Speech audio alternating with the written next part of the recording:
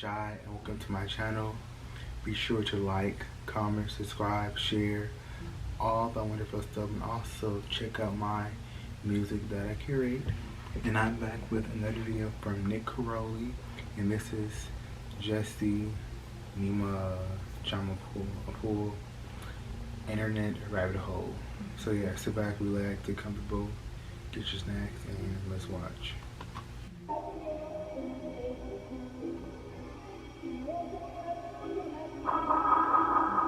This music. Missing persons report. 18-year-old Jesse Giovanni Nimajapol was reported as missing to the Denison Police Department. He was last seen on July 14, 2017, in the city of Denison, Iowa, and his disappearance is considered involuntary.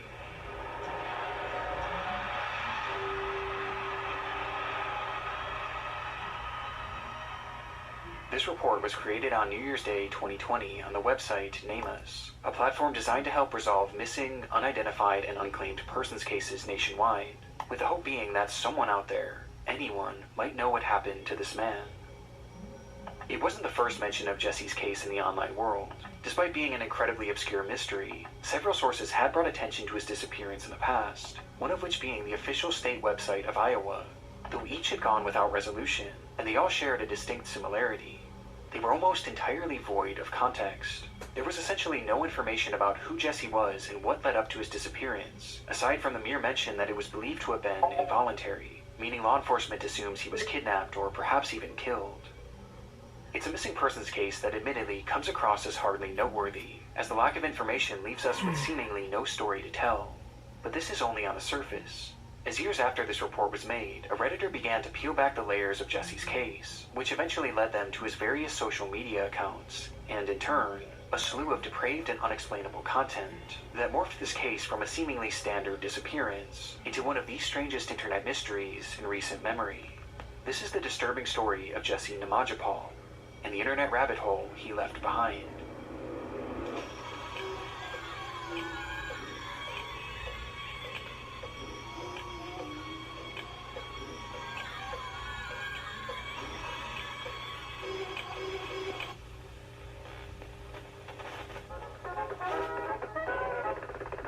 After these messages. Names indexed within these. Although Jesse Nimajapol's disappearance garnered very little public attention, there were a select few who wanted to know more, as despite there being a glaring lack of context within these reports, there were several things that stood out as unusual. Within the nicknames and known aliases section, there were 3 names listed: Juan Carlos Semay Nimaja, Daryl Jamal Brown, and Reynaldo Alterio Colon, which was a surprisingly high number of aliases for someone just 18 years old. And on the topic of his age, something about this felt off. He appeared older than 18, with his face looking like that of a full-grown adult rather than a teenager. This combination of strange factors inspired Reddit user Tawny Frogmouth to dig deeper, leading to the discovery that despite there being very little information about Jesse in the public reporting, there were other traces of him across the internet, with Jesse himself being fairly active across social media, including having his own channel right here on YouTube.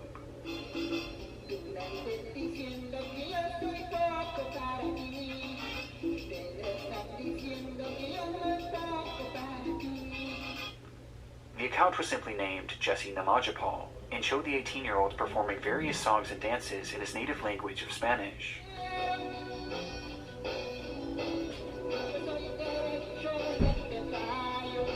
These uploads were met with hardly any viewership, as Jesse certainly wasn't a well-known performer, despite dubbing himself as the voice of Central America in his descriptions, which is where Jesse was likely born before immigrating to the US and settling down to go to school or work in Denison, Iowa, which actually isn't as uncommon as it may seem thanks to their large-scale meat processing industry.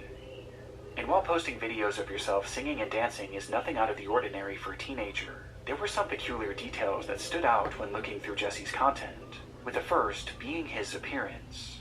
Much like his missing persons photo, he doesn't really look like a teenager, as on the rare occasion where he shows his full face, you can tell he looks quite old for his age, though it's difficult to say for sure. The quality of these videos is extremely poor, and he's almost always wearing large, brightly colored sunglasses that cover much of his face.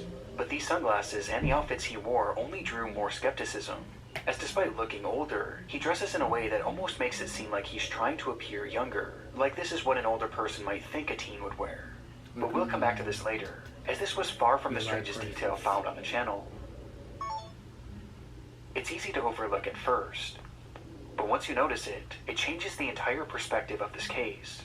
As when you look at the date in which these videos were uploaded, every single one of them was posted in 2018, the year after Jesse was last seen. It makes no sense and poses two questions. Are we sure this account actually belongs to Jesse? Well, despite having the same name and appearing like the same person, his videos also shared crudely edited slideshows that displayed pictures while he sang. And in one of these images, we see Jesse dressed in the same exact outfit in the same exact location as his missing persons photo. This is certainly him, or at least videos of him, prompting the second major question. Could this be someone using older clips of Jesse? It seems possible at first, but these videos were all posted as if they were from Jesse's perspective, who again had no semblance of a career in entertainment. And it's not like they were being shared to help promote search efforts for him, as there's not a single mention of him being missing throughout any of the uploads. And the further we go down this rabbit hole, the more unlikely this whole train of thought becomes, which you'll soon start to realize, leaving us with one bizarre truth, that Jesse was the one posting these videos, and he was doing so while being a missing man, who is presumed to have been kidnapped or killed. In fact, even to this day, his listing remains active, yet here he is dancing and singing like nothing ever happened. It's clear that cracks were beginning to form, and nothing about this case was what it seemed. And this wasn't even the final discovery to come from Jesse's YouTube channel, with the next taking us down a new and far more unsettling path. As mentioned previously, Jesse would often include slideshows edited over his songs, with these photographs sometimes depicting himself, but more often than not, they actually showed other people, and specifically, other young boys.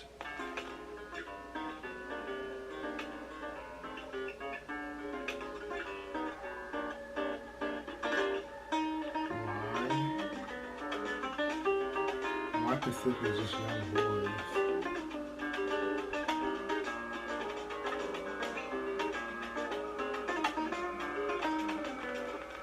His channel is filled with images of children who appear to be preteens or even younger, with these accounting for the vast majority of the pictures he shared, including his very own profile photo, which shows a child sitting on the steps of a swimming pool. Strangely, none of these children look anything like Jesse, and they clearly aren't him at a younger age, and also he's not featured in any of them, with it appearing highly unlikely that these are his own children. Instead, they appear to have been taken from various children's social media pages, while some seem to be more candid, perhaps even being taken by Jesse himself, who included them in these videos for unknown reasons, almost as if he was infatuated by them. Weirdo. And the further you follow his online trail, the more unsettling this all becomes.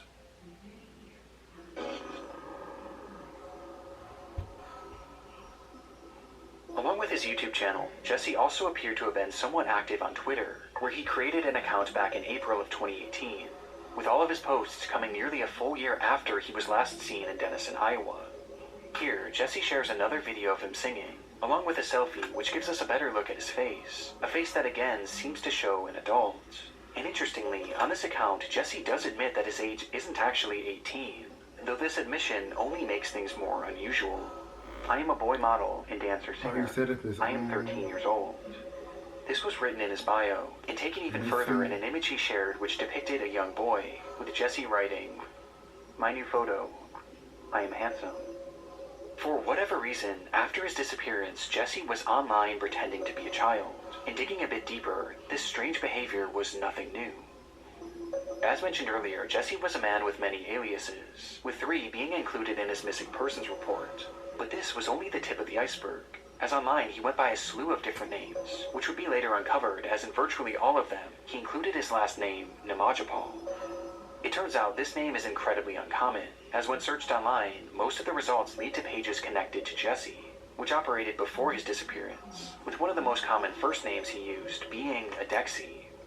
Shortly before the time he went missing, Jesse started an account on LinkedIn under that same alias, which included the same last name and middle name as those initial reports. And on that page, he wrote under his job title, "I am a child, my parents support me," while in the education section, he claimed to be a 4th grader, studying at an elementary school. on this account he featured just one post, which again showed a random child that he again claimed to be. This behavior is prevalent all throughout Jesse's online trail, as account after account shows evidence of him posing as a child, either by outright stating to be, or by using children in his profile pictures, as well as throughout his videos. It's not hard to see why this is shaping into a massive red flag, but it all leads to perhaps the most important question of all. Why? Well, though his motivations are never outright stated, there are some clear themes throughout his content that point towards one obvious yet sinister intention. Jesse's content is unusual, this we already know, but there's a whole other side to it that we have yet to discuss, as many of Jesse's accounts feature overtly sexual posts.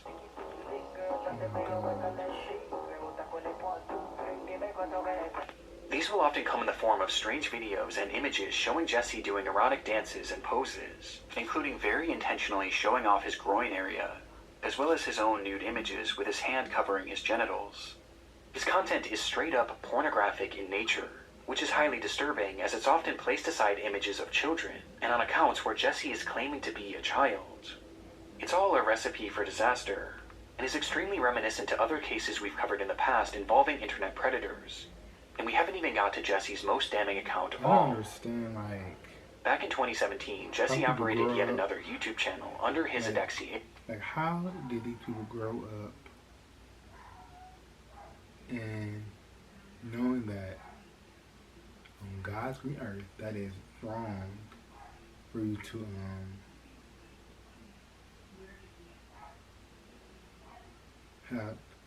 have feelings or these fantasies about younger. And its profile image is enough to indicate just how disturbed this page would be, as it shows a boy wearing only a small swimsuit and nothing else, which is a reoccurring theme on this page, as Jesse again shows images of little boys, only this time most of them are shirtless, with many dressed only in a swimsuit or their underwear, and in overtly sexual positions. Along with this, Jesse has images of himself mixed in, where he appears to be completely naked, dressed only in his boyish sunglasses. Now on his Jesse Nimajapol channel, I mentioned that he almost appeared to be trying to look younger, and when I was sifting through these videos, I realized that he dressed extremely similarly to many of the children he shows in his photos, like he's trying to copy their look and pass himself off as one of these kids, despite him obviously being much older. But he takes this even further, as his images are edited to remove any wrinkles or blemishes from his face to give him a more youthful appearance. And he didn't stop there, as he would also show off pictures of various toys, wear shirts made for little kids, and even wore his own backpack. He also has some images that he printed out himself and propped up next to stuffed animals, Legos, and various other children's toys, which for some reason is just so particularly haunting to me. It indicates a clear interest or obsession with these children. Bizarre doesn't even begin to describe it. And missing persons case aside, Jesse Nimajapol was pretending to be a child online, and he had been doing it for years. And given that his content is blatantly sexual, it's clear that this is all some sort of fetish. A fetish that involves children. As not only does he share these suggestive images of kids, along with nude photos of himself, but he's also added various edits to some of the photographs that show off his obvious lust for these kids.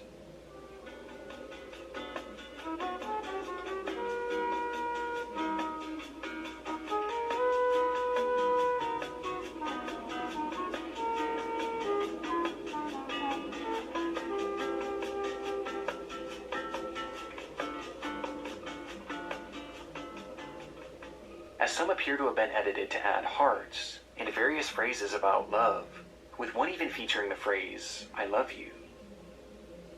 There's also this strange pattern in this content, one that indicates what may be a portion of Jesse's fetish, as Jesse shares many images of himself with his mouth open and contorted in various unusual positions, while he also has several photos that are cropped to show only images of the children's lips. It's haunting, with the worst example being an image that shows Jesse's own lips alongside someone else. Both of their faces are cropped out, so it's impossible to say who this is, but they look fairly young. This poses a chilling theory. Was Jesse pretending to be a child in order to get closer to other children and potentially groom them? And could this be one of his victims? It's definitely a realistic possibility just based on its content, but the scariest part is that this likely wasn't just being done in the online world. Despite his report saying so, Jesse clearly seems to be older than 18, and given that he's gone by so many different fake names in the past, and he has a history of lying about his age and pretending to be younger, it's very likely that Jesse Nimajapol never even existed, and was instead just a persona created in order for him to pose as a child. And interestingly, if you look under his playlist on the Adexi account, you can find a saved video which features 500 of the most common boy names, which he likely used to help create his aliases. And not only was the name Jesse featured within the video, but it's literally shown on the thumbnail. Jesse Nimajapol was almost certainly never real. This was all just some sort of manufactured identity, or perhaps one that was even stolen. But it worked so well that somehow the actual government believed it. Which makes me wonder, was Jesse living a full life as a fake child in Denison, Iowa? Was he interacting with other kids, and perhaps even going to school? I mean, he was clearly known in the community well enough to be reported missing. And isn't it quite the coincidence that he just so happened to vanish at the age of 18?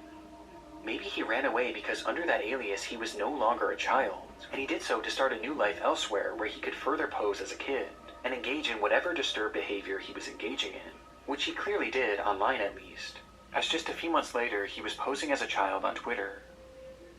Jesse's life in Iowa is one aspect of this mystery that is still unsolved, and the not knowing terrifies me the most. Who knows what he might have been doing there, and who knows just how embedded in that community he actually was. Suspicious doesn't even begin to describe it. But if this isn't Jesse, then who is this man? Well, as it turns out, despite being considered missing by law enforcement, they might have already unknowingly found him.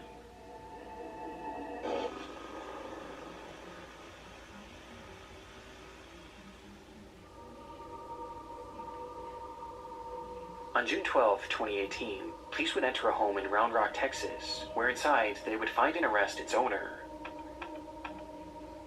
Pedro Nimajapol, a man who they had caught sharing CP to Instagram.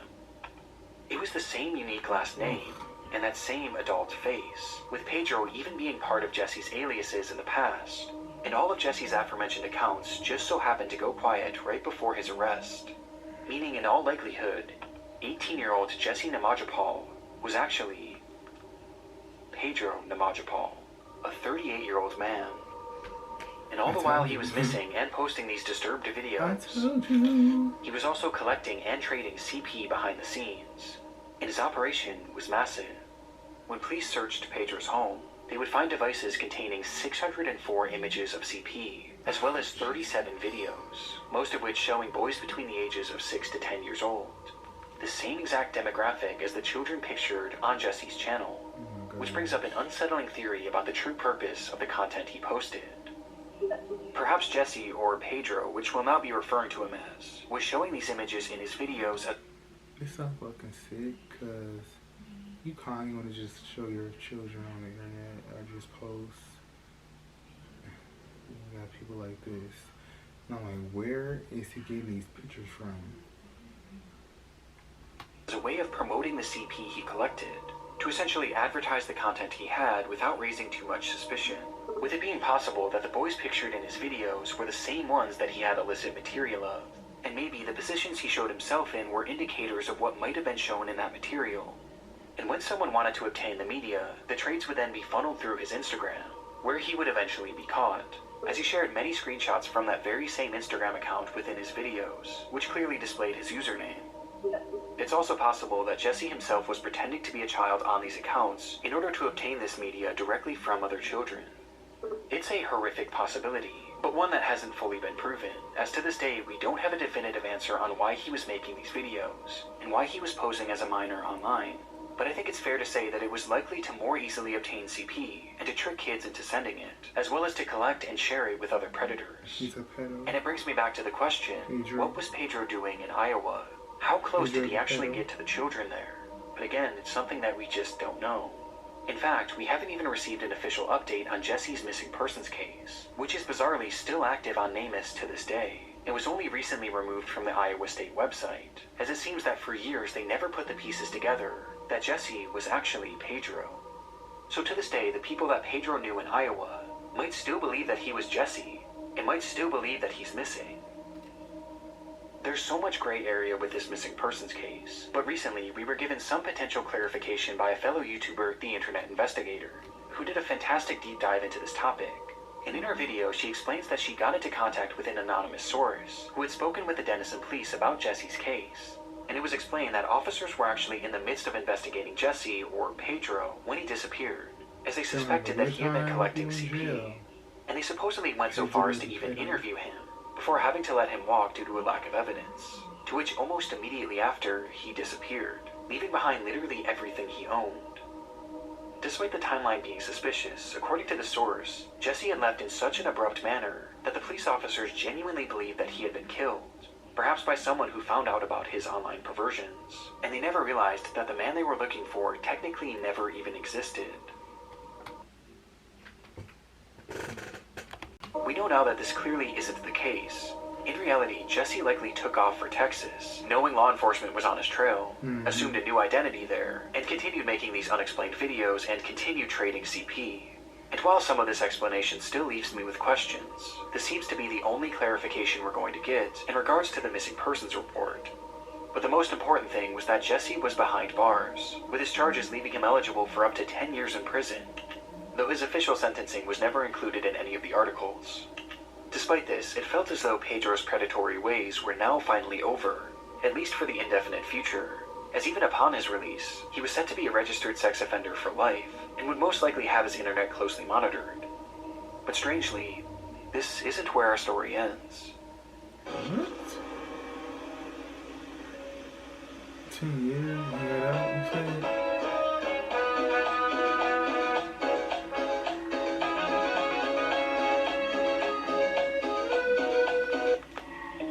Clips began appearing on a YouTube channel called Puxito Chingon, and showed what was clearly Pedro dancing and singing as if nothing had ever happened.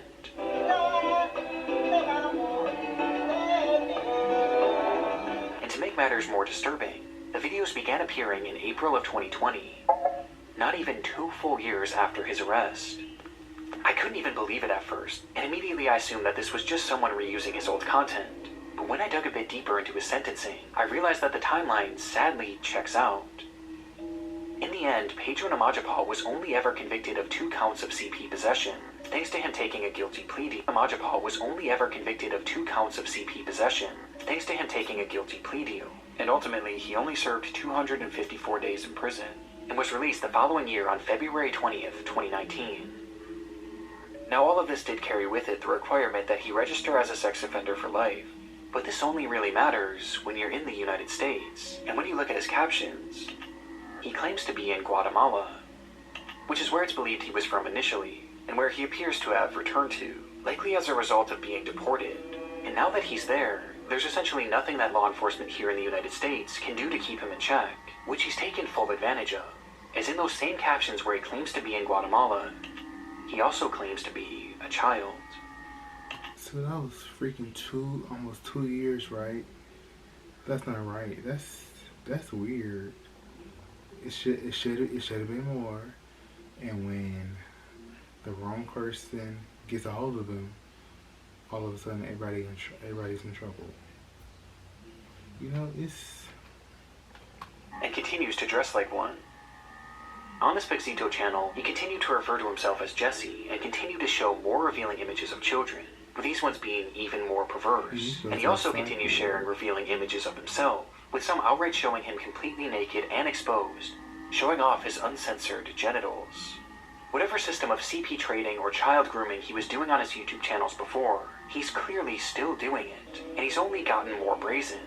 But as disheartening as this all is, there's something that makes this channel far more disturbing than the others, as throughout his accounts he shared countless images of random young boys. But on this page, it's clear he has a favorite.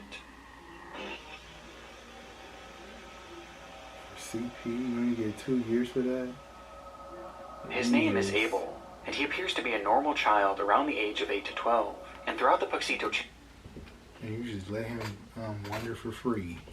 And again, when the wrong person gets a hold of him, and he, you know, that person just snaps, all of a sudden that person's in trouble. channel, Pedro shares his images more so than seemingly anyone else.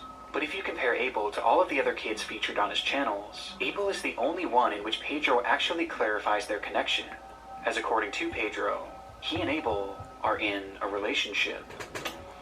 Jesse, Namaja, and Abel united forever in a relationship. This sentence is spelled out over and over again in one of Pedro's videos, while in the background, numerous images of the child are shown, including many in which Pedro has photoshopped their faces together with more hearts and loving messages, with one even showing both of them together, shirtless. This to me confirms my worst fears about Pedro's online activity. Grooming is definitely a part of it.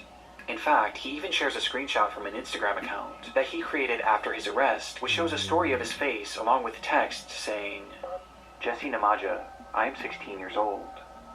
Putting the pieces together, it seems that Jesse used this Instagram account to lie about his age and get into contact with this child, to which, according to his own words, the two then formed a quote-unquote relationship. It's a horrifying revelation, and one that I tried to explore further by looking into who this child actually was, but I found absolutely nothing. The name Abel is almost certainly an alias given to him by Pedro, as I could find no trace of this child anywhere online, with one exception, as when I searched his name here on YouTube, I made a highly disturbing discovery. On a channel simply named Alberto, there are multiple playlists titled Abel's full name, or at least the one that Pedro gave him, and in them, there are hundreds of videos of Abel. These uploads almost always show Abel dancing, often in an extremely sexually charged manner, with these uploads featuring disturbing titles like, I like you so much, and what would you do if I told you my fantasies about you? As well as captions like, check this out if what you want is tension.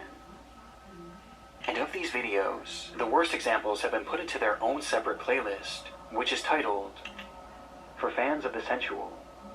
I can't necessarily prove it, but I'm convinced that this is the work of Pedro, and that this is all the result of his grooming, based on his blatant obsession and the use of this child's apparent alias. And it's very possible that these videos aren't just a result of his grooming, but this could very well be a glimpse into Pedro's CP trade.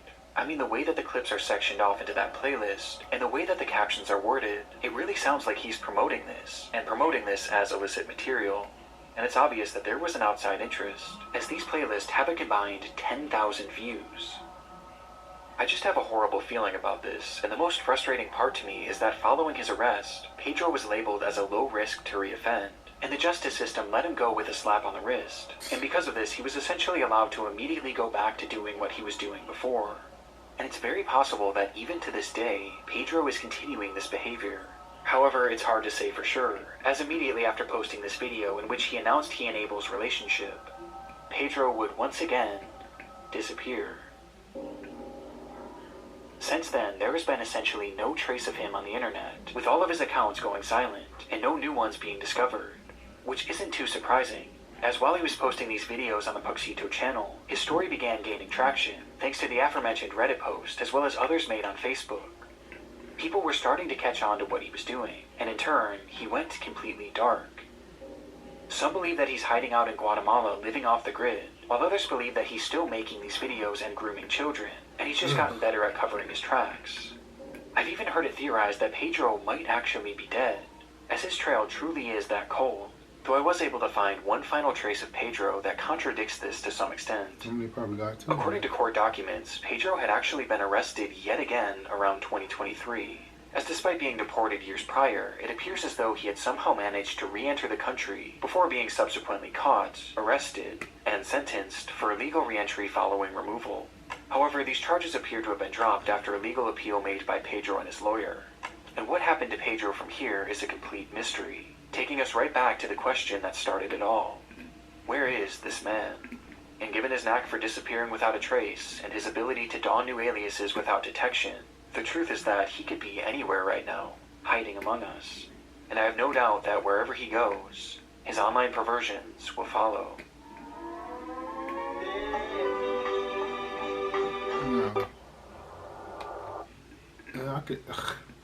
I could never be a lawyer and defend somebody who's done rightfully wrong as such as this situation, and to know that he's still out there, maybe allegedly somebody probably got a hold of him like I said, and you know.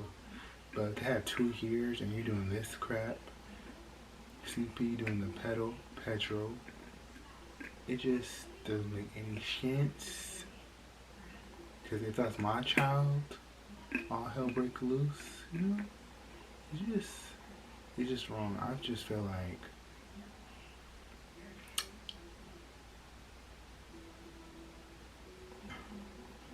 as a child, I want to know how he grew up as a child because that's wrong, you know? Okay, I'm sorry to talk about it.